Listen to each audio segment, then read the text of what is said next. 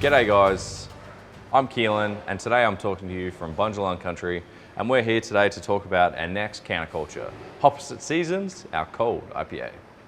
What is a cold IPA? Wow, it's a very good question. This beauty, so it's almost like the next evolution of West Coast IPA.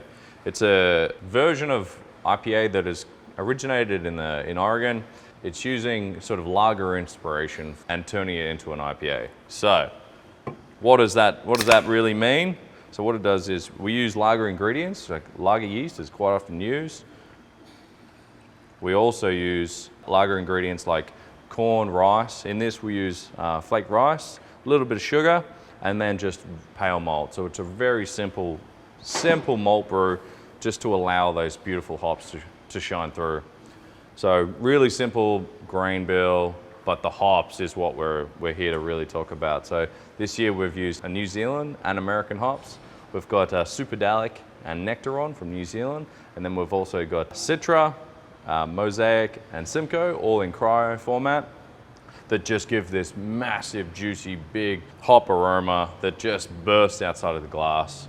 But when you drink it, you're actually left with a wonderful, really refreshing, crisp beer that is absolutely deceptive. You wouldn't think this thing is 7.5%. It's just absolutely divine. And it looks amazing in the glass. Super light, really low color. And that comes from using those rice and just pale malt and a little bit of sugar. Firm bitterness, but it's all there in perfect harmony. Absolute balance, gorgeous. Yeah, we haven't made many beers using Cryo or some of these New Zealand hops, so it's really nice to showcase them in such a big hop forward beer in this cold IPA. Actually, right here I've got Nectaron from New Zealand, which is just popping out of the glass, big sort of tropical and stone fruit sort of characteristics.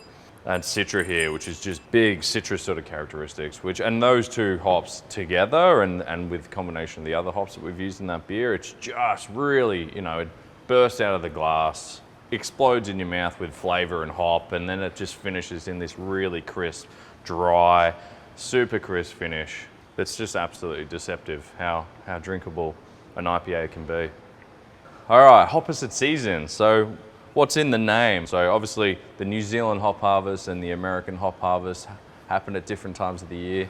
That's the play on different times of the year we're getting different hops from around the world. And the same goes for whether it's just New Zealand or Australian hops or North American or European hops. They're all aligned.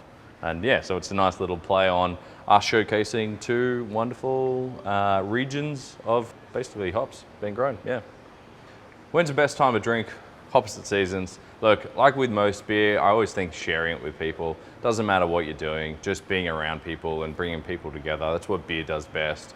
This really, look, it pairs so incredibly well, whether it's something like, slightly greasy pizza or just the hops really can cut through, super crisp.